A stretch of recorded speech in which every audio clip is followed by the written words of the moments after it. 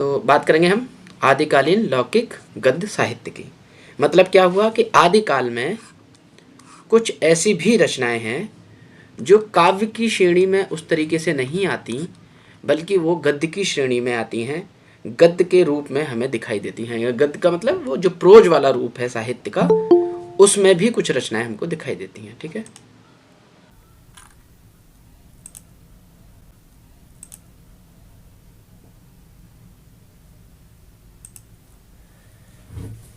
तो कौन कौन सी रचनाएं हैं वो, है ना, जो महत्वपूर्ण रचनाएं हैं।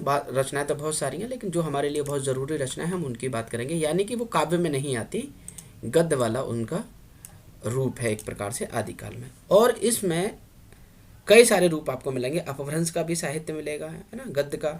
कुछ हमारा लौकिक जो भाषा है अपनी उस समय की, जो जनमानस की बोली थी, जो आम जनसामान्य की बोली थी, उसका भी कुछ साहित्य आपको दिखाई देगा। तो देखिए, इसी में सबसे महत्वपूर्ण रचना राउल बेल, एक ये रचना है राउल बेल के नाम से। कौन है इसका कवि? तो ये कवि रोडा के द्वारा लिखी गई थी, राउल बेल।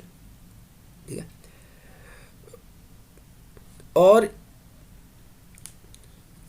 क्योंकि ये तो अपभ्रंश का नाम है राउल बेल ना, और ये उस समय देखी जाए तो ये गद्य के ही रूप में आपको दिखाई देगी, काव्य रूप में ये रचना उस तरीके से नहीं दिखाई देती। लेकिन हाँ, होता क्या है कि ये जो रचना है इसमें कुछ जगह तो, कुछ थोड़ी बहुत जगह जो है कविता का भी सहारा लिया गया है, लेकिन अधिकतर तो हमको गद्य का ही रूप दिखाई देता है। इसीलिए इसको चंपू काव्य भी कह देते हैं। ठीक है, और मैं पिछली क्लास में भी बता रहा था कि चंपू का मतलब ही वही होगा कि जहाँ पर गद्य और पद्य, यानी आप कह सकते हैं प्रोज और पोइट्री दोनों का सहारा लेकर किसी रचना को किया गया हो। तो कुछ रचना तो आपको प्रोज में मिलेगी, कुछ पोइट्री में मिलेगी, है ना। उस तरीके से जब भी इस तरीके का साहित्य प्रयोग किया जाएगा तो आपको वो चंपू काव्य की श्रेणी के अंतर्गत आता है। तो चंपू काव्य, चंपू शब्द से आपको थोड़ा सा परेशान नहीं होना है कि ये क्या है। बस इतना ही है कि कुछ ऐसी रचनाएं होती हैं जिसमें आपको प्रोज और पोइट्री यानी गद्य और पद्य दोनों का मिला जुला रूप आपको इस रचनाओं के अंतर्गत दिखाई देगा। ठीक है, राउल बेल, तो क्या कह सकते हैं इसको, अगर इसका हिंदी रूप कभी करना हो। वैसे तो रचना राउल बेल के ही नाम से पूछी जाएगी, लेकिन इसका अर्थ क्या होगा राउल बेल का? तो ये जो राउल है ना, ये राउल बना है राजकुल से, और बेल का मतलब क्या है यहाँ? बेल का मतलब है विलास। तो राजकुल का जो विलास हो रहा है एक प्रकार से देखें तो उस तरीके की ये, इसका नाम हिंदी होना चाहिए राजकुल विलास, लेकिन अपभ्रंश में हम इसको क्या कहते सुनते आए हैं? तो अपभ्रंश में इसका नाम रखा गया है राउल बेल। कवि कौन है? तो ये कवि हैं आपके रोड़ा, इनके द्वारा इस कवि को, इस रचना को लिखा गया है। ठीक है, कब की रचना है? अगर हम इसके समय की बात करेंगे तो ये जो रचना है आपको 10वीं सदी के आसपास की रचना मानी जाती है। ठीक है, 10वीं सदी की ये रचना मानी जाती है। कौन सी? राउल बेल। इस रचना की एक बहुत महत्वपूर्ण चीज़ ये है क्या, कि ये जो रचना है ना, शलांकृत कृति है। क्या मतलब हुआ शलांकृत कृति का? शलांकृत कृति का मतलब ये हुआ कि जब हमें ये रचना प्राप्त हुई,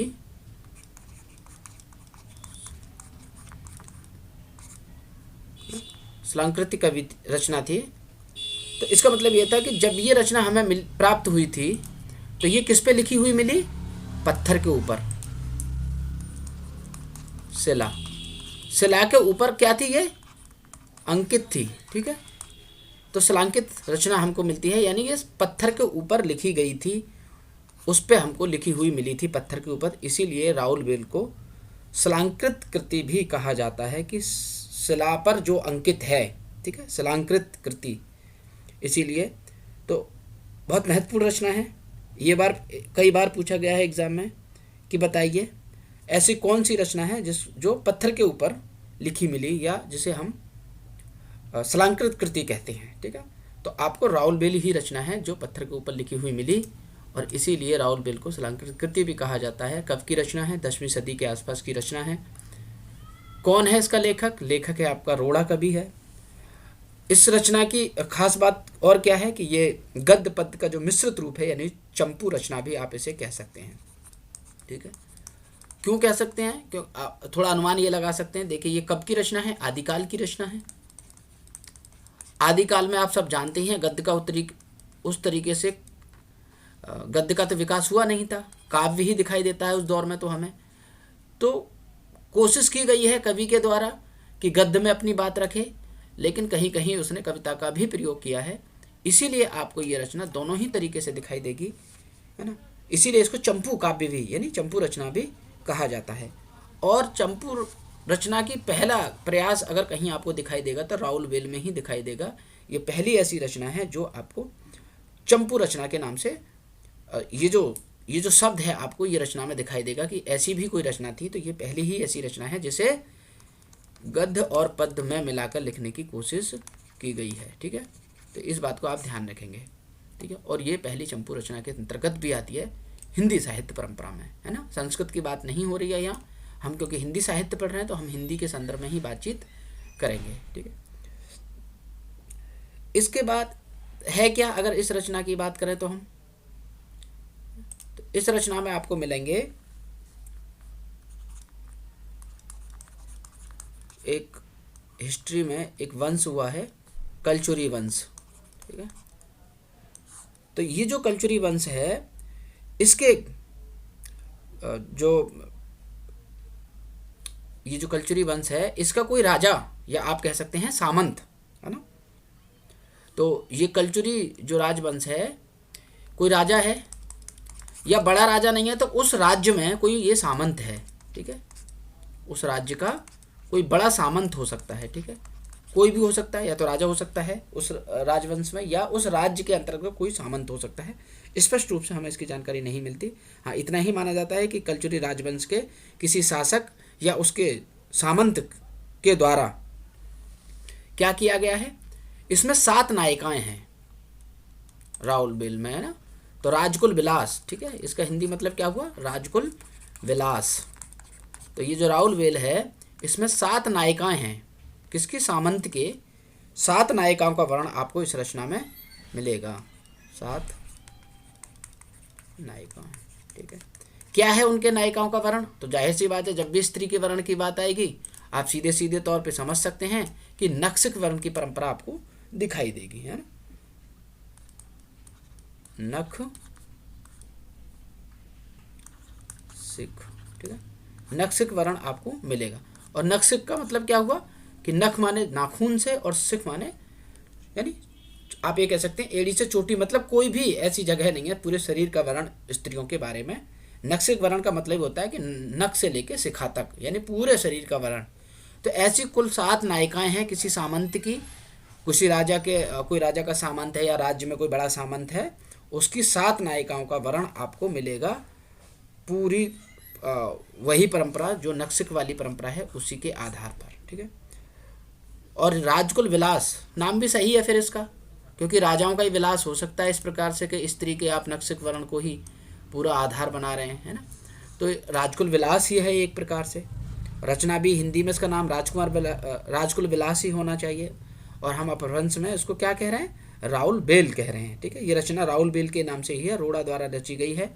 10वीं सदी की रचना है, चंपू काव्य है।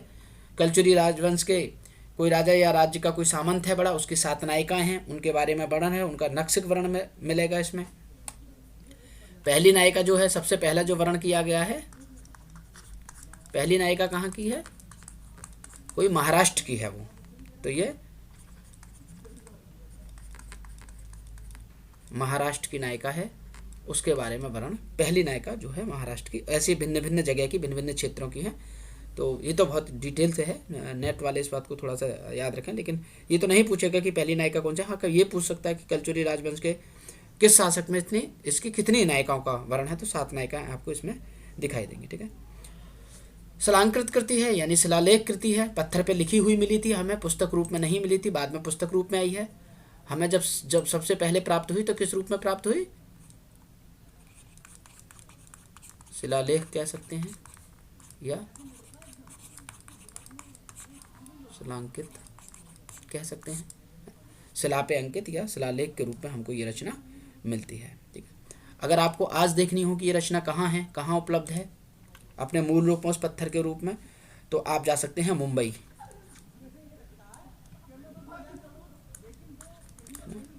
मुंबई जाइए और इस रचना को देख सकते हैं, प्रिंस ऑफ वेल्स संग्रहालय में।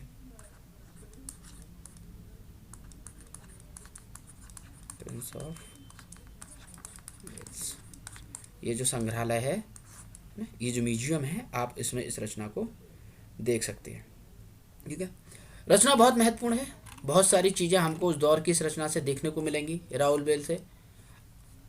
उस समय की आपको जानकारी देखनी हो तो ये रचना पढ़नी चाहिए, है ना।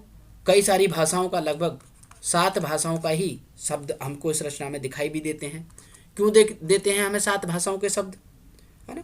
तो जैसे हमने कहा कि इसमें 7 नायिकाएं हैं, अलग अलग जगह की हैं। पहली नायिका महाराष्ट्र की है, तो जब महाराष्ट्र की नायिका के बारे में बात की गई है तो कवि ने किस थोड़े बहुत शब्दों का प्रयोग कहाँ का सहारा लिया है, महाराष्ट्र के शब्दों का, यानी महाराष्ट्र क्षेत्र में बोले जाने वाले शब्दों का सहारा लिया है। ऐसे ही इसने जो है भिन्न भिन्न जहाँ की जो नायिका है उससे संबंधित कुछ शब्दों को भी लिया। तो इसमें 7 भाषाओं के शब्द आपको मिलेंगे। और मुख्य रूप से कौन सा है, क्योंकि 7 भाषाओं का रूप है, लेकिन हमारी राजस्थानी जो है इसमें मुख्य है। सबसे महत्वपूर्ण कौन सी है, राजस्थानी। राजस्थान की ही एक प्रकार से ये भाषा आपको दिखाई देगी।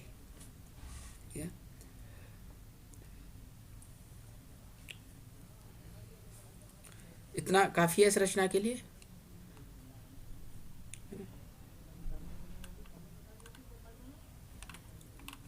शुक्राचार्य हजारी प्रसाद ने बड़ी बड़ी बात की है इस रचना पे। उनके चंपू होने के काव्य के, ये चंपू काव्य है, उस बारे में बात बहुत करते हुए आपको दिखाई देंगे, है ना। कुछ लोग ये भी कहते हैं कि इसकी जो भाषा है मूलतः मध्य देशीय भाषा है, अपभ्रंश की जो मध्य देशीय अपभ्रंश है उसके आसपास बैठती है।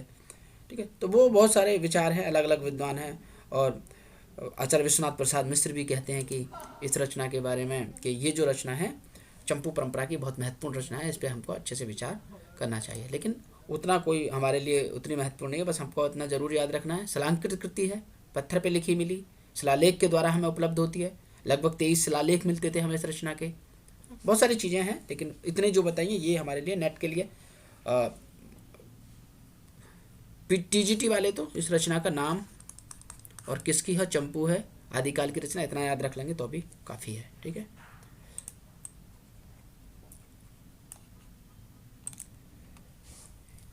एक और रचना है उसी दौर की, आदिकाल की, उक्ति व्यक्ति प्रकरण। ये भी रचना जो है आपको लौकिक गद्य के रूप में ही ये रचना भी आपको दिखाई देगी। कौन है इसके लेखक, दामोदर शर्मा। ठीक है, इनके द्वारा ये रचना लिखी गई। रचना कब की मानी जाती है, इसका समय कब का माना जाता है, तो कुछ विद्वान कहते हैं कि ये रचना जो है 12वीं सदी की है। कुछ विद्वान ये भी कहते हैं कि ये 1945 ईस्वी की रचना है। 1145 ईस्वी है ना, 1145 ईस्वी की भी जो है, इसको मतलब डेट भी बताते हैं। तो आप 1145 विद्वानों ने माना भी है कि हाँ ये रचना हो सकती हो 1145 ईस्वी के आसपास की हो, यानी आप कह सकते हैं 12वीं सदी की रचना है। क्या है इस रचना के बारे में खास बात, आप लोगों को वीडियो नहीं दिखाई दे रही है?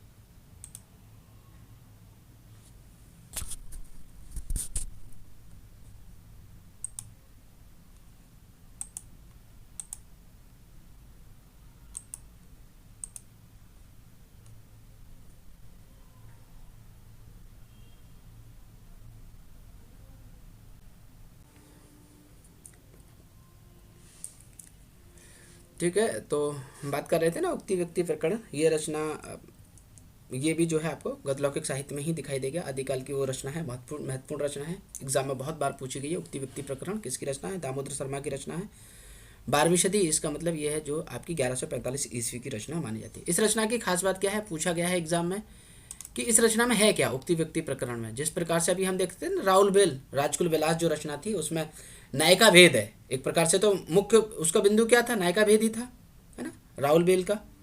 तो उसका मुख्य केंद्र क्या है इस रचना में, उक्ति व्यक्ति प्रकरण में? तो ये रचना है आपकी व्याकरण ग्रंथ। व्याकरण ग्रंथ है रचना। व्याकरण ग्रंथ का मतलब क्या हुआ कि इसमें जो है व्याकरण के नियम बताए गए हैं इस रचना के अंतर्गत। ठीक है, तो ये व्याकरण रचना है। और दामोदर शर्मा के बारे में ये कहा जाता है कि महाराजा गोविंद चंद के सभापति थे, है ना। और वहाँ के जो राजकुमार थे गोविंद चंद के, इनके जो पुत्र थे यानी जो राजकुमार थे, उनको वहाँ के आसपास की जो बनारस के आसपास की भाषा थी उस भाषा को सिखाना चाहते थे। कौन? दामोदर जी। तो जब उनको भाषा सिखानी थी तो क्या करते? संस्कृत भाषा सिखानी थी, संस्कृति के माध्यम से अपभ्रंश भाषा का स्वरूप समझाना था, वाराणसी के आसपास की भाषा बतानी थी। तो तब उन्होंने जो है उक्ति व्यक्ति प्रकरण नाम की एक रचना लिखी, है ना, इनके पुत्र को, राजकुमार को भाषा पढ़ाने के लिए। ठीक है, और ये राजकुमार किसके थे? गोविंद मिश्र के। तो इसको आप थोड़ा ध्यान ना रखें, बस इतना याद रखें। ये मैंने पूरा डिटेल इसलिए बता दी कि आपको ये याद रहे कि दामोदर शर्मा ने उक्ति व्यक्ति प्रकरण जो रचना लिखी है, 12वीं सदी की जो रचना है 1145 ईस्वी की, ये एक व्याकरण ग्रंथ है। ठीक है, व्याकरण में ये लिखा गया है उस समय। और कहाँ के आसपास की भाषा के बारे में ज़्यादा बात की गई है? तो ये रचना बनारस के आसपास की है, क्योंकि ये राजा जो थे गोविंद चंद, ये बनारस के थे। तो बनारस के आसपास की भाषा को ही केंद्र में रख के उसी की व्याकरण से संबंधित चीज़ें आपको इसको रचना में दिखाई देगी। दामोदर जी खुद ये कहते हैं कि मैंने इस भाषा को अपभ्रंश के रूप में, जो अपभ्रंश भाषा है उस रूप में ये ग्रंथ लिखा है। ठीक है, वो खुद अपभ्रंश ही इस भाषा को मानते हैं जो उक्ति व्यक्ति प्रकरण रखी गई थी। ठीक है, और एक प्रश्न और एक बार पीजीटी में पूछा गया है एग्ज़ाम में। क्या प्रश्न आया था इसके बारे में कि सुनीति कुमार चटर्जी, ये बहुत महत्वपूर्ण विद्वान हैं, भाषा विज्ञान पर इनका अच्छा काम किया है ना, सुनीति कुमार चटर्जी। ठीक है, भाषा वैज्ञानिक हैं, बहुत काम किया है भाषा विज्ञान में। तो सुनीति कुमार चटर्जी के बारे में कहा जाता है कि इन्होंने जो है इस रचना को, ये जो रचना है उक्ति व्यक्ति प्रकरण, इसकी भाषा को ना कौशली भाषा माना था। ठीक है, कौशली भाषा। कौशली भाषा का मतलब क्या था? यानी अवधि की ही जो अवधि भाषा है ना। अगर भाषा व्याकरण जब आप पढ़ेंगे ना, जैसे पूर्वी हिंदी की 3 बोलियां हैं, है ना, जैसे पश्चिमी हिंदी में 5 बोलियां आती हैं, ऐसे ही पूर्वी हिंदी में 3 बोलियां आती हैं पूर्वी हिंदी में। ठीक है, अवधि, बघेली और छत्तीसगढ़ी। ठीक है,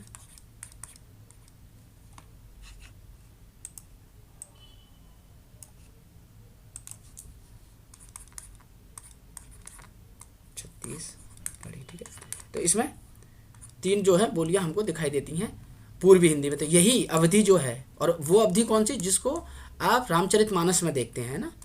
मुख्य रूप से कौन सी रचना है इसमें अवधि में लिखी गई? रामचरितमानस। किसकी? तुलसीदास की। तो रामचरितमानस अवधि में ही लिखी गई है, और उसी की अवधि को ही कौशली भी कहा जाता है ना। कौशल के राजा दशरथ, तो दशरथ कहाँ के हैं? अवध के हैं, कौशल के हैं। तो इसीलिए जो है अयोध्या के थे, तो इसको कौशली भी कहा। और इसीलिए इस रचना की सुनीति कुमार चटर्जी ने, जबकि कवि तो खुद कह रहा है कि मैंने अपभ्रंश भाषा का प्रयोग किया है उक्ति व्यक्ति प्रकरण में, है ना, लेकिन सुनीति कुमार चटर्जी इस भाषा को, उक्ति व्यक्ति प्रकरण की भाषा को क्या मानने थे कि उन्होंने कहा कि ये जो भाषा है ये कौशली भाषा है ना, मतलब अवधि का ही एक रूप है। वहाँ आपको ये उसी भाषा की बात करते हुए आपको दिखाई देंगे। ठीक है, दूसरी खास बात ये थी कि आपने विद्यापति को तो पढ़ा ही हम लोगों ने खूब, है ना, ध्यान से उनकी विद्यापति पदावली देखी थी। तो दामोदर को, ये जो दामोदर शर्मा हैं उक्ति व्यक्ति प्रकरण के जो लेखक हैं, इनको मैथिली का पाणिनि भी कहा जाता है। मैथिली भाषा का, मैथिली का पाणिनि। अब मैथिली का पाणिनि का मतलब क्या हुआ? संस्कृत में पाणिनि विद्वान थे व्याकरण के, बहुत, है ना, बहुत अच्छी व्याकरण उन्होंने लिखी पाणिनि ने, अष्टाध्यायी, है ना। तो उसी आधार पर इनको भी, क्योंकि ये रचना कैसी है, उक्ति व्यक्ति प्रकरण भी व्याकरण की ही रचना है, इस बात को थोड़ा ध्यान रखिएगा, है ना। तो इतना सारी चीज़ें इसीलिए बताइए कि अब आपको ये रचना भूलेंगे नहीं, है ना। उक्ति व्यक्ति प्रकरण रचना जो दामोदर की रचना है, ये कैसी रचना है? ये व्याकरण ग्रंथ है, ठीक है। और ये भी व्याकरण ग्रंथ है, इसीलिए ये गद्य वाला रूप ज़्यादा है, इसमें पद्य वाला रूप नहीं दिखा दिया था। कविता के लिए अगर कविता नहीं कर रहे हैं, किसी भाषा का व्याकरण बता रहे हैं, तो उसकी कविता में तो व्याकरण नहीं बताई जा सकती उतने अच्छे तरीके से। तो इसीलिए ये जो रचना है आपको गद्य में दिखाई देती है, ठीक है। तो उक्ति व्यक्ति प्रकरण राउल बेल यानी राजकुल विलास, और एक तीसरी रचना वर्ण रत्नाकर। ये 3 रचनाएं हैं, बहुत महत्वपूर्ण रचना है। ये है आपकी ज्योतिश्वर ठाकुर की रचना है, ठीक है। ज्योतिश्वर ठाकुर की रचना है। कब की रचना है? 14वीं सदी की मानी जाती है। अच्छी रचना है। ये भी क्या है आपका, जैसे राउल बेल शलांकृत कृति रोड़ा की, वो कैसी रचना थी? तो वो उसमें नायिका भेद था, है ना। इस 7 नायिकाओं के बारे में भेद किया गया है कि उनका नक्शिक वर्णन किया गया है पूरी तरीके से। उक्ति व्यक्ति प्रकरण में दामोदर शर्मा के द्वारा व्याकरण लिखा गया था। और वर्ण रत्नाकर जो रचना है, ये है आपका एक शब्दकोश, यानी आपको इसमें शब्दकोश मिलेगा। रचनाएं बताई गई हैं, ठीक है, कि शब्दों के अर्थ बताए गए हैं। डिक्शनरी टाइप की ये रचना है, शब्दकोश, ठीक है। कौन सी? वर्ण रत्नाकर। बहुत बार पूछी जाती है एग्जाम में, बहुत महत्वपूर्ण रचना है। अक्सर ये आपको दिखेंगी, ये 3 जो रचना है ये कहीं भी एग्जाम में दिख सकती हैं। ये वर्ण रत्नाकर के बारे में ये कहा गया, और इन रचनाकारों को जरूर याद रखिएगा कि वर्ण रत्नाकर ज्योतिश्वर ठाकुर की रचना है। इस वर्ण रत्नाकर की भाषा क्या है? तो ये मैथिली में लिखी गई, उस समय की जो मैथिली है, यानी इसमें मैथिली का रूप भी आपको दिखाई देगा, ठीक है। तो इसे मैथिली का विश्वकोश भी कहा जाता है, इसीलिए वर्ण रत्नाकर को मैथिली भाषा का विश्वकोश भी कहा गया है। क्यों कहा गया है? क्योंकि ये शब्दकोश है। आपको इतना तो याद रखना ही रखना है कि वर्ण रत्नाकर शब्दकोश है। उक्ति व्यक्ति प्रकरण जो है आपकी व्याकरण ग्रंथ है, और राउल बेल जो है आपका नक्शिक यानी नायिका भेद को आधार बनाकर नक्शिक वर्ण आपको उसमें मिलेगा, ठीक है। और वर्ण रत्नाकर में भी जैसे अष्टाध्यायी आपकी संस्कृत की जो व्याकरण रचना है, उसी प्रकार से आपको इस रचना में भी जो है 8 अध्याय दिखाई देंगे, ठीक है। इतना याद नहीं रखना, बस मैं बता रहा हूँ इसको ना। और जिसमें अध्यायों को क्या कहा गया है? कल्लोल कहा है, कल्लोल कहने की कोशिश की है लेखक ने, अध्याय नहीं कहा है, कल्लोल कहा है, ठीक है। ये भी आप ना याद रखें, बस मैंने आपको इसलिए बता दिया कि थोड़ा सा इससे याद रह जाएगा। ये शब्दकोश है, 8 अध्याय हैं, ज्योतिश्वर ठाकुर की रचना है, 14वीं सदी की रचना है, मैथिली भाषा मिलती है, मैथिली का विश्वकोश भी इस रचना को कहा जाता है। तो उस तरीके से चीज़ों को देखेंगे तो आपको चीज़ें मिल जाएंगी। दूसरा, वर्ण रत्नाकर में जो एक और चीज़ अगर आप याद रख सकते हैं, अगर रखनी भी चाहिए जैसे, तो वो है इस रचना के अंतर्गत आपको 84 सिद्धों की भी जानकारी मिलती है, यानी 84 सिद्धों का वर्णन भी इस रचना में किया गया है, ठीक है। किसमें? वर्ण रत्नाकर में, ठीक है। और अब आदिकाल के समय को देखना चाहें, आदिकाल के दरबार को देखना चाहें, कैसे राज दरबार होते थे, राजाओं के यहाँ पर किस तरीके की चीज़ें होती थी, तो आपको इसमें तत्कालीन दरबारों का वर्णन भी मिल जाएगा, ठीक है। कहाँ से प्रकाशित कराई गई है? सुनीति कुमार चटर्जी ने ही इस रचना को ढूंढ के लाए। इसको ना याद रखें, कोई दिक्कत नहीं है। The Royal Society Asiatic Society of Bengal से ही प्रकाशित की गई थी, ठीक है। तो आप इतना ही याद रख लेंगे कि वर्ण रत्नाकर जो है ज्योतिश्वर ठाकुर की रचना है, शब्दकोश है, 14वीं सदी के आसपास की रचना है। मैथिली कहाँ के शब्दों के बारे में है? शब्द भंडार आपको मिलता है, मैथिली भाषा के बारे में बातचीत, पुरानी मैथिली का जो रूप है, जो जैसे आप विद्यापति के यहाँ पे पढ़ेंगे पदावली में, उस तरह की मैथिली का शब्दकोश आपको यहाँ दिखाई देगा वर्ण रत्नाकर में, ठीक है। तो ये 3 रचनाएं आप जरूर याद रखेंगे, राउल बेल, वर्ण रत्नाकर, और जो है उक्ति व्यक्ति प्रकरण। तो ये आपके कुछ गद्य रचनाएं आदिकाल की, ठीक है। इसके अतिरिक्त हम आदिकाल में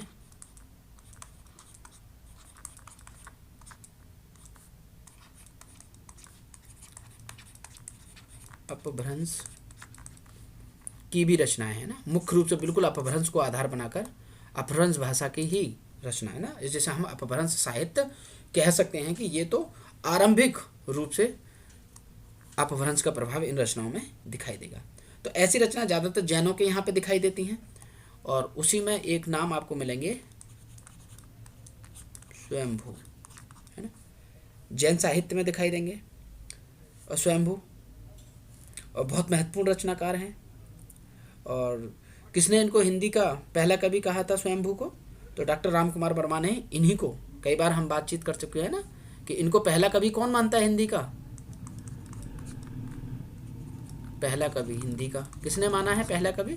तो ये माना है डॉक्टर राम कुमार वर्मा ने। और डॉक्टर राम कुमार वर्मा कौन है? वो जिन्होंने हिंदी साहित्य का आलोचनात्मक इतिहास लिखा है।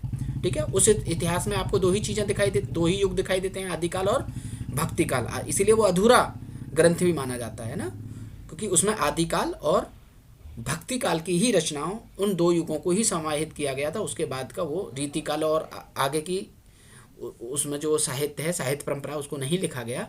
वही रचना हिंदी साहित्य का आलोचनात्मकता डॉक्टर राम कुमार वर्मा का, उन्हीं ने जो है स्वयंभू को हिंदी का पहला कवि माना है। इस बात को जरूर याद रखिएगा। ठीक है, और इन्हें हिंदी का अपभ्रंश का वाल्मीकि भी कहा जाता है।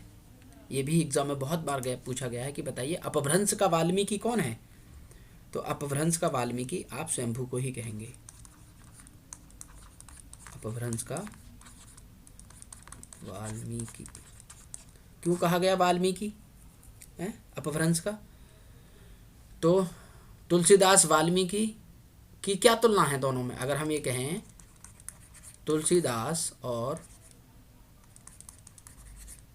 वाल्मीकि है ना, दोनों की क्या तुलना है? दोनों के बीच में क्या है ना? तो आप बताइए क्या तुलना हो सकती है तुलसीदास और वाल्मीकि के बीच में? तो एक ही तुलना है दोनों के बीच में। वो तुलना क्या है कि दोनों का ही आधार क्या है? राम। ठीक है, जो रामायण है, पहली रामायण किसने लिखी है संस्कृत में? तो वाल्मीकि ने लिखी है। और हिंदी में रामचरितमानस क्या है? राम को आधार बनाकर लिखी गई कथा है। इसी आधार पर आपको अपभ्रंश का वाल्मीकि कहा जाएगा। किसको? स्वयंभू को। क्यों कहा गया इनको अपभ्रंश का वाल्मीकि? इसीलिए कहा गया कि इन्होंने रचना लिखी है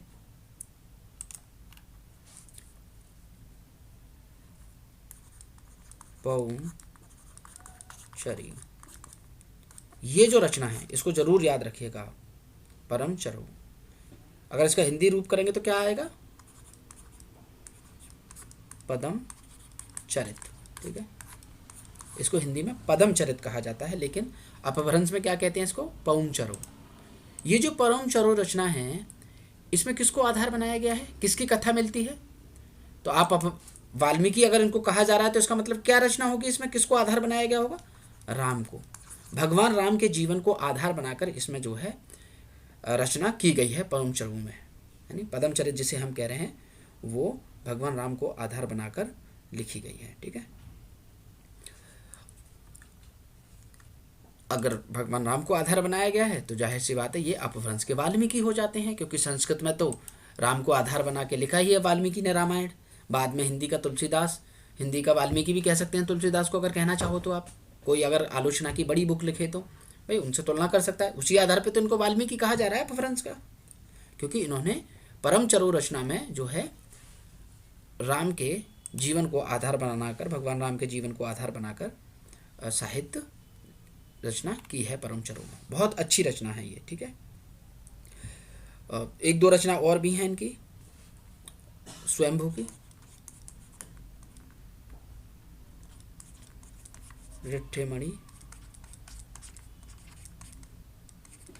चरव,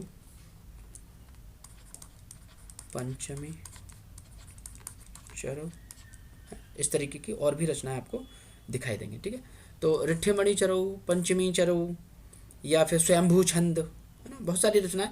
लेकिन आपको सिर्फ अगर ज़्यादा से ज़्यादा कोई नाम और याद रखना है स्वयंभू के परमचरु के अलावा, तो आप रिट्ठेमणि चरु को याद रख सकते हैं अगर कोई रखना चाहे तो, है ना। बहुत अच्छी रचना है ये भी। लेकिन परमचरो आपको किसी को, टीजीटी वालों को भी नहीं भूलना, ना पीजीटी वालों को भूलना है, दोनों में से किसी को नहीं भूलना है। स्वयंभू की रचना, अपभ्रंश का वाल्मीकि, परमचरो जो रचना बहुत महत्वपूर्ण रचना है। ठीक है, क्या है इसका प्रबंध का, ये जो परमचरो रचना है इसका रूप क्या है? तो काव्य रूप आप कह सकते हैं कि ये प्रबंध काव्य है, प्रबंध काव्य है। ठीक है, महाकाव्य भी है, प्रबंध काव्य या महाकाव्य की रचना है पूरी। क्यों है? क्योंकि इसमें पूरे राम का जीवन चरित्र आपको दिखाई देगा, उनके जीवन से संबंधित शुरू से लेकर अंत तक। दूसरी चीज़, हाँ, ये जो है इसमें राम की खास बात क्या है? राम की खास बात यह है भगवान राम की कि अंत में जब वो लंका विजय के बाद वापस आएंगे तो उसके बाद कहाँ चले जाएंगे? वो जैन धर्म में दीक्षित हो जाएंगे। अंत में वो क्या हो जाएंगे? जैन धर्म के अनुयायी हो जाएंगे, वो जैन धर्म में दीक्षित होके जैन धर्म को स्वीकार कर लेंगे। यही इनकी खास बात है, किसकी? स्वयंभू की, कि इनके राम जो हैं अंत में जैन हो जाते हैं, इसीलिए इन्होंने परमचरो लिखी है। और आप देखेंगे कि जैन साहित्य में ज़्यादातर पुराणों को आधार बनाकर रचनाएं की गई हैं, लेकिन इन पुराणों की खास बात यह है कि जैन रचनाओं में इनके जो देवी देवता हैं वो हिंदुओं के ही देवी देवता हैं एक प्रकार से, लेकिन वो बाद में जैनों के यहाँ आके क्या होंगे कि वो जैन धर्म में दीक्षित होते हुए आपको ज़्यादातर दिखाई देंगे कि वो जैन धर्म को स्वीकार कर ले रहे हैं। ऐसी वो रचनाएं अपने अनुसार करते हुए दिखाई देंगे। ठीक है, तो ये रचना आप स्वयंभू की जरूर याद रखिएगा। परमचरो बहुत महत्वपूर्ण रचना है, लगभग बहुत बड़ा ग्रंथ है, महाकाव्य के श्रेणी में आता है, प्रबंध काव्य है। लगभग 1200 छंद आपको इस रचना के अंतर्गत दिखाई दे जाएंगे। और ये जो रचना है ना, जैसे हमने उसकी बात करी थी, आपको याद है कि पृथ्वीराज चौहान की जब हम बात कर रहे थे, पृथ्वीराज रासो की चंद्रवरदाई की जो रचना थी, उसे किसने पूरा किया था? चंद्रवरदाई तो मर गए थे, तो उनका पुत्र जलहण ने उस रचना को पूरा किया था, है ना। तो जलहण जो उनके पुत्र थे चंद्रवरदाई के, उन्होंने उस रचना को पूरा किया था। वैसे ही ये जो परमचरो रचना है ना, ये भी एक प्रकार से देखी जाए तो स्वयंभू की अधूरी रचना है ना, क्योंकि उन्होंने जो है मात्र 83 संधियां, वो संधि कहते हैं इसमें, यानी 83 हिस्सों को सिर्फ और सिर्फ पूरा किया था स्वयंभू ने, और बाकी के 7 बचे हुए जो शेष, क्योंकि इसमें लगभग 90 संधियां मिलती हैं, ये संधियों का प्रयोग किया गया है, वहाँ बोलते हैं, कवि ने बोला है ना संधियां, तो इस प्रकार से इसमें 90 संधियां या 90 जो भी भाग कह लीजिए आप, जो भी कहना चाहें, तो 90 में से जो है 83 तो पूरे कर चुके थे स्वयंभू ने, बाद में जो बचे हुए 7 हैं वो इनके पुत्र ने पूरे किए थे, और उनका नाम था त्रिभुवन। ठीक है, ये पुत्र थे इनके, किसके? स्वयंभू के, त्रिभुवन। इन्होंने 7 संधियां और लिखने के बाद में इस रचना को पूरा किया है। ठीक है, और ये माना भी गया कि ये जो त्रिभुवन है ये भी अपभ्रंश के कवि रहे। इसका प्रमाण तो इसी से मिल जाता है ना, क्योंकि स्वयंभू की इतनी बड़ी रचना का जो है वो पूरी कर रहे हैं उस रचना को। याद रखेंगे ना, राम कथा से संबंधित है, राम की कहानी है इस रचना में, इसीलिए अपभ्रंश का वाल्मीकि भी कहा गया। और दूसरा, अगर आप ये देखें कि एक शैली मिलती है, कड़बक शैली। ठीक है, ये एक रचना है, करने की शैली है। जैसे कहते हैं ना, 4 चौपाई लिखने के बाद एक दोहा देकर, जिसे धत्ता कहते हैं ना, एक दोहा देकर रख ले, कोई रचना करना। जैसे रामचरितमानस में आपको 5 चौपाई मिल जाएं, फिर एक दोहा मिल जाए, या आपको पद्मावत में इस तरीके की शैली मिल जाए कि कुछ 7 कवित्त के बाद में एक दोहा रख दिया जाए, इस तरीके से, तो उसको क्या कहते हैं? हम कड़बक शैली कहते हैं। ठीक है, तो ये जो कड़बक शैली है कि जैसे 4 चौपाइयों के बाद एक दोहा या 5 चौपाई के बाद, क्योंकि इसमें गिनती वो नहीं है, निश्चित नियम नहीं है कि आपके कड़बक में 4 चौपाई ही होना चाहिए तभी दोहा होगा, या 7 चौपाई हो तब। अपना अपना कवि की अपना अपनी शैली है, कोई 9 चौपाई के बाद भी दोहा रख सकता है ना, या 9 कवित्त के बाद में कोई रोलर रख दे, उस तरीके की शैली बना देना, तो इसी को कहते हैं कड़बक शैली साहित्य में। तो ये जो कड़बक शैली की जो रचना मानी जाती है, कहा गया कि कड़बक शैली का पहला प्रयोग अगर आपको कहीं दिखाई देता है तो वो परमचरो रचना में दिखाई देता है। ठीक है, तो ऐसा माना जाता है। लेकिन कुछ विद्वान, अब वैसे ये कभी पूछेगा नहीं आपको, टीजीटी में तो निश्चित नहीं पूछेगा, पीजीटी में अगर पूछ ले तो मैं नहीं कह सकता, लेकिन टीजीटी में तो नहीं पूछेगा कि ये जो कड़वक शैली का पहला प्रयोग कहाँ मिलता है। ठीक है, तो कड़वक शैली का पहले कुछ विद्वान तो ये भी मानते हैं कि कोई चतुर्मुख नाम के कवि हुए, उन्होंने पहला प्रयोग किया है। और चतुर्मुख ना भी हो तो स्वयंभू ऑप्शन में होगा, तो स्वयंभू पे ही टिक लगाएं। अगर चतुर्मुख स्वयंभू दोनों हैं तो फिर चतुर्मुख की बात हो जाती है ना, लेकिन चतुर्मुख को उतना भी महत्व नहीं दिया जाता, स्वयंभू के ही बारे में ये बात कही जाती है। ठीक है, तो उतना ना रखें, लेकिन इतना तो याद रख सकते हैं कि इसकी शैली कौन सी है, रामचरितमानस ये जो इनका परम चरक हुआ है, तो इसमें आपको शैली कड़वक शैली पहली बार दिखाई देगी। ठीक है, तो कह सकते हैं इसमें कड़वक शैली का रूप है। और कौन सा रूप है, तो इसमें जो रूप प्रयोग करने की कोशिश की है स्वयंभू ने, वो करने की कोशिश की है।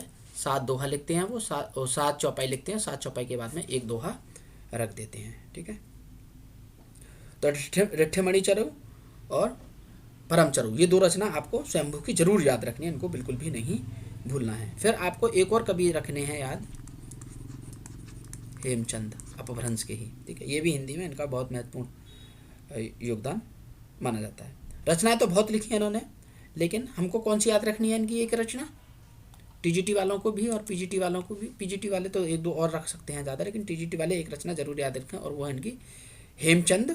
तो हेमचंद तो यहाँ नाम ही है, तो हेमचंद नाम छोड़ देते हैं हम।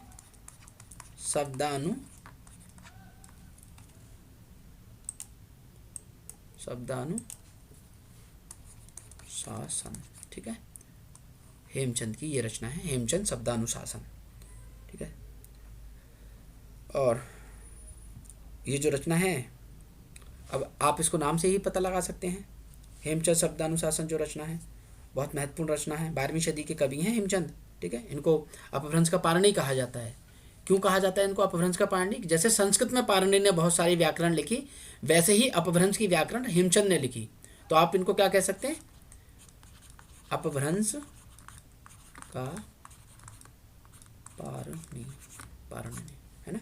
तो आप इनको अपभ्रंश का पाणिनि कह सकते हैं। क्यों, क्योंकि इन्होंने जो है अपभ्रंश की व्याकरण बहुत लिखी है।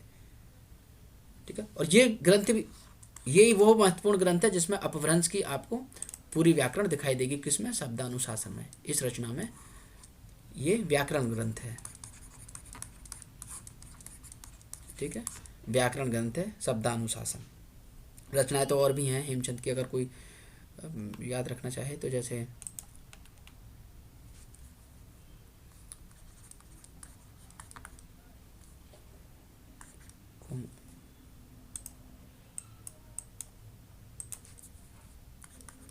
कुमारपाल चरित्र। ठीक है, ये रचना है कुमारपाल चरित्र। छंदोनुशासन है,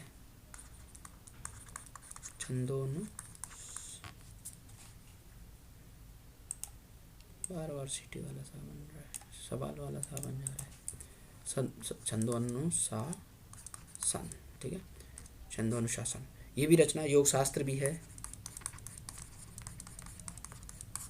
या फिर प्राकृत व्याकरण भी है, देसी नामा कोश भी है ना, बहुत सारी रचना है। हम तो, लेकिन आपको कुमारपाल चरित्र भी याद रख सकते हैं अगर कोई रखना चाहे। योग शास्त्र भी अच्छी रचना है इनकी, लेकिन ये रचना नहीं भूलनी है आपको, शब्दानुशासन। इस रचना को जरूर याद रखना है। तो इसका नाम ऐसे भी आ सकता है, जैसे हेमचंद शब्दानुशासन, या ऐसे भी आ जा सकता है कि सिद्ध हेमचंद शब्दानुशासन है, लेकिन मुख्य रूप से रचना यही है, शब्दानुशासन। किसकी, हेमचंद की। बहुत अच्छी रचना है, बहुत महत्वपूर्ण रचना है, व्याकरण का ग्रंथ है। इसी रचना के आधार पर एक प्रकार से देखा जाए तो हेमचंद को अपभ्रंश का पाणिनि कहा जाता है। ये जो शब्दानुशासन रचना है, शब्दानुशासन ये जो रचना है, इसमें लगभग 3 भाषाओं के व्याकरण पर चर्चा की है। मुख्य रूप से तो अपभ्रंश है ही आपकी, क्योंकि अपभ्रंश की ही रचना है, अपभ्रंश की व्याकरण की बात होगी। थोड़ी बहुत प्राकृत की भाषा पे भी व्याकरण पे बात की गई है, और कुछ रूप आपको संस्कृत का भी दिखाई देगा, क्योंकि शिखा तो अपभ्रंश की ही व्याकरण के लिए हैं, तो इनका भी इन्होंने थोड़ा बहुत सहारा लिया है। तो ये कहा कि तीनों भाषाओं के व्याकरण पर चर्चा तो की गई है ना, प्राकृत और संस्कृत पर, लेकिन मुख्य रूप से आपकी कौन सी भाषा है, वो है अपभ्रंश। ठीक है, तो अपभ्रंश व्याकरण का ग्रंथ आपको ये मिलेगा। और जो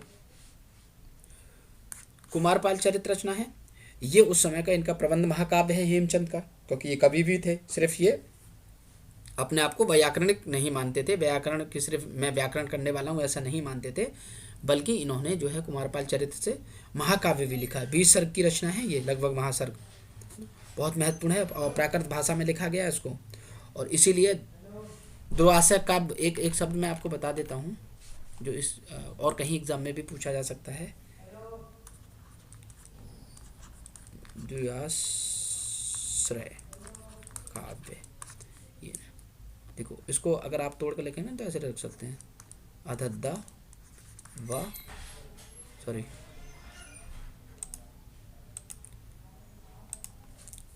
व या द्विआश्रय।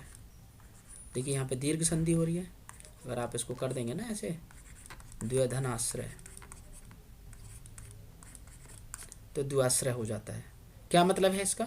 द्विआश्रय का मतलब है कि दो भाषाएं जिसका सहारा ली गई हों किसी रचना को लिखने के लिए, उसी को द्विआश्रय काव्य कहा जाता है। ये बहुत बार आता है, कभी कभी पूछ लिया जाता है कि द्विआश्रय का मतलब क्या है ना। तो द्विआश्रय काव्य का मतलब यही होता है कि ऐसा साहित्य जिसको लिखने के लिए कवि ने लगभग दो भाषाओं का सहारा लिया हो। और कैसे लिया हो दो भाषाओं का सहारा?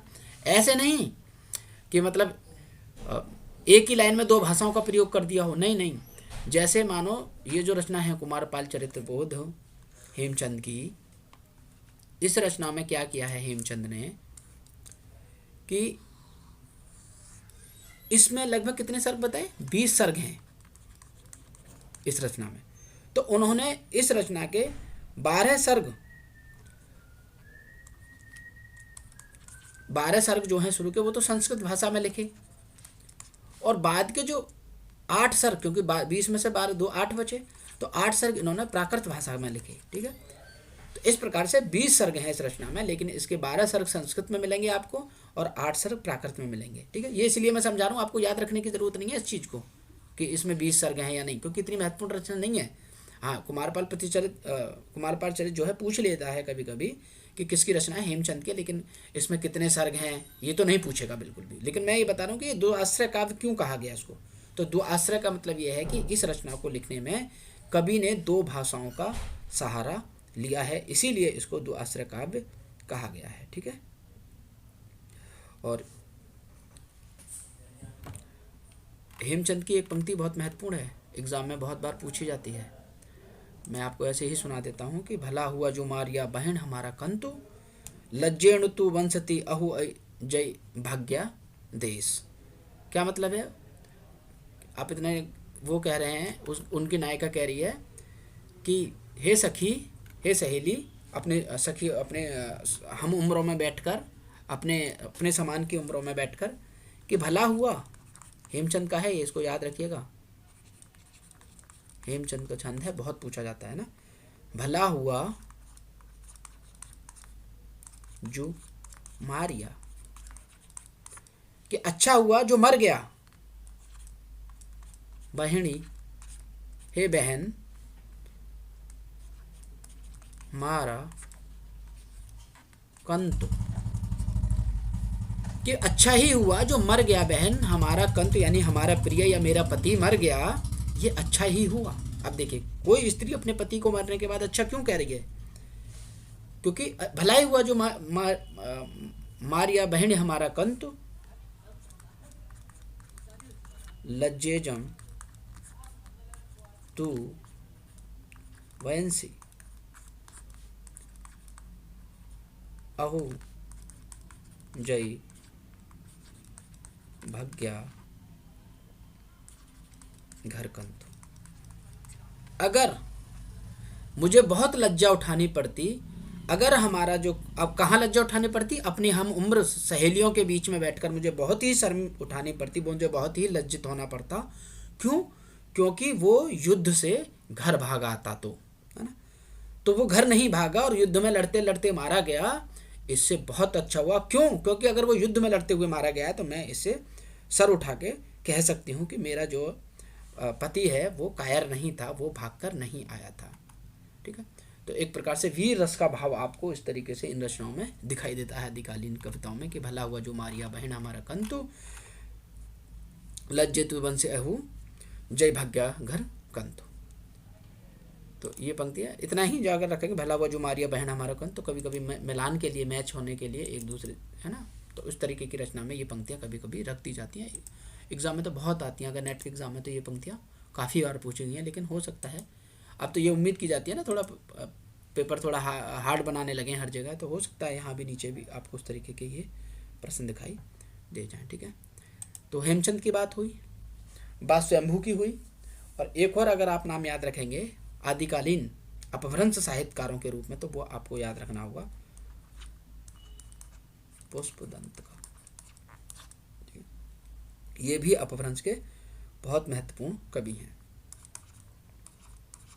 10वीं सदी के आपको ये कवि दिखाई देंगे, स्वयंभू, पुष्पदंत 10वीं सदी के है ना। अभिमान मेरू, इन्होंने खुद को कहा था अभिमान मेरू। ठीक है, अपने आप को ये कहते हैं कि मेरा नाम मुझे पुष्पदंत ना कह के अभिमान मेरू कह सकते हैं। लेकिन स्वयंभू जो थे, बस मैं यहीं ख़त्म कर रहा हूँ 1 मिनट में।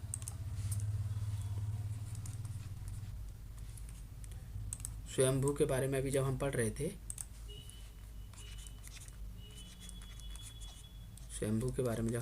हमने इनको क्या कहा था, अपभ्रंश का वाल्मीकि। ये बात हुई थी ना, क्यों कहा गया था अपभ्रंश का वाल्मीकि? क्योंकि इन्होंने पौम चरो नाम की जो रचना लिखी थी, वो किसको आधार बना के लिखी थी? राम कथा को आधार बना के लिखी थी ना, इसीलिए इनको क्या कहा गया? वाल्मीकि, अपभ्रंश का वाल्मीकि। लेकिन पुष्पदंत को भी कहा जाता है अपभ्रंश का एक शब्द, और वो क्या कहा गया इनको? अपभ्रंश का भवभूति। और याद कीजिए, भवभूति क्यों कहा जाता है किसी को? आपने वो पढ़े हैं ना, रस। तो एक ने कहा था ना, एको रस करुणा, कि अगर कोई रस है तो सिर्फ एक ही है, और वो है करुणा रस। ये किसने कहा था? ये भवभूति ने ही कहा था, है ना। वो मानते थे कि बाकी रस बेकार हैं, वीर, ये श्रृंगार विंगार सब रस बेकार हैं, बस रस तो एक ही है, और वो है करुणा। करुण रस की ही बात उन्होंने करी थी, भवभूति। करुण रस पे बहुत ज़्यादा दीवाने, एक प्रकार से आप इनको याद सकते हैं। भवभूति का नाम आएगा तो करुण रस से संबंधित अक्सर एग्जाम में पूछा जाएगा। कभी भी अगर एग्जाम में हमारे टीजीटी या पीजीटी में एग्जाम में आएगा कि बताइए एक हो रस करुणा किसने कहा था, ये लिखा मिल जाए कि एक ही रस है, रस एक ही है, और कौन सा? करुणा। तो ये किसने कहा? तो आपको ये नाम जरूर याद रखना, भवभूति कहते हैं कि बाकी रस नहीं है, रस तो सिर्फ एक ही है, करुणा। तो ये तो भवभूति की बात होगी, संस्कृत के कवि थे भवभूति। लेकिन अपभ्रंश का भवभूति आपको किसको कहा जाएगा? तो अपभ्रंश का भवभूति कहेंगे पुष्पदंत को। ठीक है, भवभूति की कहानी इसीलिए बताई करुण रस से, क्योंकि अपभ्रंश का भवभूति पुष्पदंत को कहा जा रहा है, क्योंकि भवभूति तो संस्कृत के हैं, जैसे वाल्मीकि संस्कृत के हैं और परमचरु के आधार पर स्वयंभू को अपभ्रंश का वाल्मीकि कहा जा रहा है, वैसे ही पुष्पदंत को भी अपभ्रंश का भवभूति कहा जाता है। भाका की जड़ भी कहते हैं, एक एग्जाम में पूछा गया था कि बताइए भाका की जड़ किसे कहा जाता है? भाका का मतलब क्या हुआ? भाषा, है ना, जो लैंग्वेज है, भाषा, उसी को भाका कह रहे हैं कि भाका की जड़। ये भी नाम आपको पुष्पदंत से ही संबंधित है, और ये दोनों ही नाम किसने दिए? अपभ्रंश का भवभूति या भाषा की जड़ तो शिव सिंह सेंगर ने शिव सिंह सरोज नाम का जो ग्रंथ लिखा था हिंदी साहित्य का इतिहास, शिव सिंह सरोज का जो ग्रंथ है, कौन सा? शिव सिंह सेंगर का ये जो ग्रंथ है शिव सिंह सरोज, ठीक है, ये हिंदी साहित्य का इतिहास है। इसी में पुष्पदंत को, और पता है ना कि शिव सिंह सेंगर ने किसको माना था हिंदी का पहला कवि? तो वो किसी पुष्प या पुंड नाम के कवि को मानते हैं, पुष्प नाम के कवि को।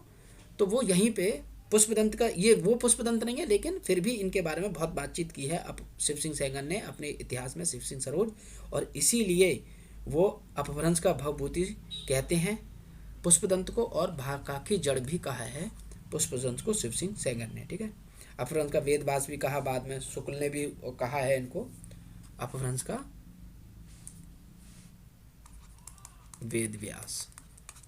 ठीक है, ये भी कहा गया अपभ्रंश का वेदव्यास। और वेदव्यास क्यों कहा जाता है? क्यों कहा गया होगा, अगर थोड़ा सा आप सोचें इस बात को तो आप देखिए महाभारत किसने लिखा था। संस्कृत में जो महाभारत लिखा था वो किसके द्वारा लिखा जाता है, तो वेद व्यास के द्वारा माना जाता है कि वेद व्यास ने महाभारत की रचना की थी। ठीक है, तो इसी आधार पर अपभ्रंश में भी एक रचना की गई है जिसे अपभ्रंश का महापुराण माना जाता है ना। महाभारत की तरह ये बहुत ही ज़्यादा महत्वपूर्ण रचना है और वो है 63 महापुराण पुरुष गुणालंकार। ठीक है, वो उन्हीं की रचना है पुष्पदंत की। तो इस आधार पर भी इनको जो है कई जगह वेद व्यास कहते हुए विद्वान दिखाई देते हैं। शुक्ल ने भी माना था, लेकिन शुक्ल बाद में कहते हैं, पहले जो है इसको शिव सिंह सेंगर जो है कह चुके थे। शिव सिंह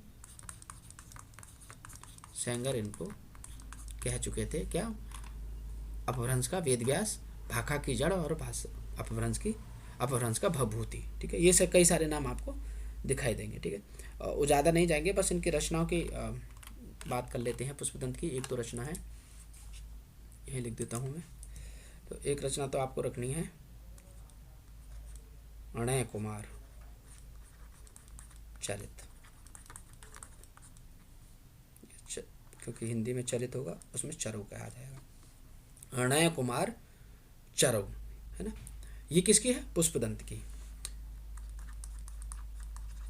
जसहर चरु, ठीक है, एक ये रचना है जसहर चरु। और एक रचना और मिलेगी आपको पुष्पदंत की, ये लिख देता हूँ, तो वो मिलेगी आपको 63 महापुरुष पुराण गुणालंकार।